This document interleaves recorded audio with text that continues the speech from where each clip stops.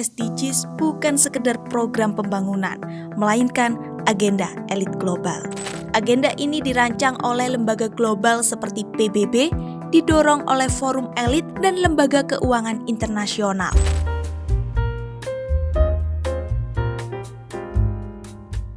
Halo, kembali lagi bersama kami di Partai X.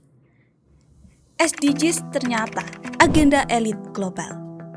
Sustainable Development Goal atau SDGs sering diperkenalkan sebagai tujuan mulia umat manusia, seperti menghapus kemiskinan, menjaga lingkungan, dan menciptakan dunia yang lebih adil.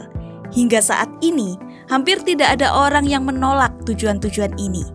Masalahnya bukan pada cita-citanya, melainkan pada cara agenda ini dirancang, dijalankan, dan siapa yang paling diuntungkan di dunia nyata. Disinilah banyak orang mulai melihat SDGs bukan sekedar program pembangunan, melainkan agenda elit global. Penting ditegaskan, SDGs bukan konspirasi rahasia.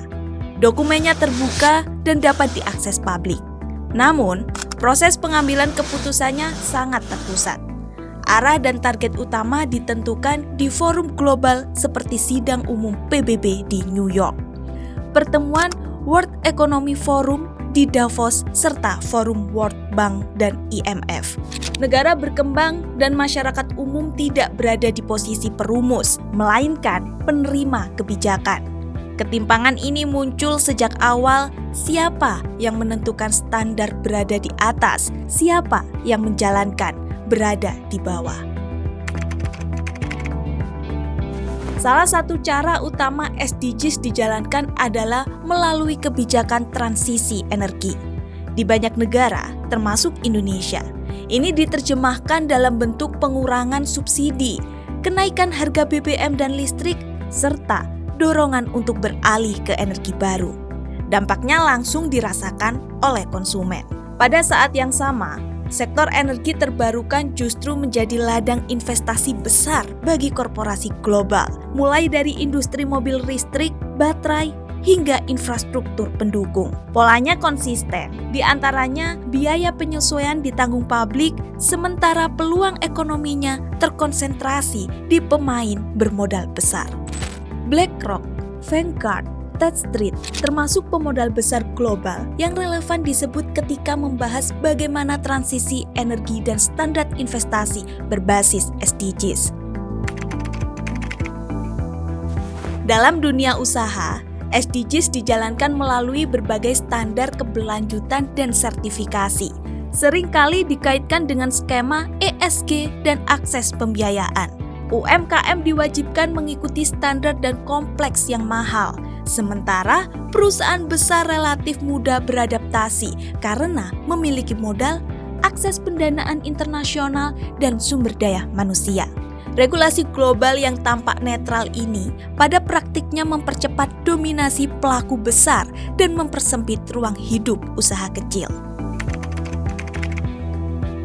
Di sektor pertanian, tuntutan keberlanjutan diterapkan secara seragam tanpa mempertimbangkan kondisi petani kecil, pembatasan pupuk, tekanan biaya produksi, dan tuntutan efisiensi diberlakukan dengan dalih standar global. Sementara itu, industri besar mampu beradaptasi melalui teknologi mahal, skala produksi besar, dan impor. Dampaknya jelas, petani kecil tertekan, produksi terganggu, dan harga pangan naik. Ini menunjukkan bagaimana SDGs dijalankan tanpa penyesuaian struktural di level lokal. SDGs tidak dipaksakan dengan kekuatan langsung, tetapi lewat mekanisme sistemik, pendanaan, regulasi, dan tekanan pasar. World Bank, IMF, dan investor global mengaitkan pembiayaan dengan kepatuhan pada agenda SDGs. Negara kemudian menyesuaikan kebijakan nasional. Kalau di Indonesia melalui Bappenas, masyarakat tentu tidak memiliki mekanisme nyata untuk menolak atau mengubah arah.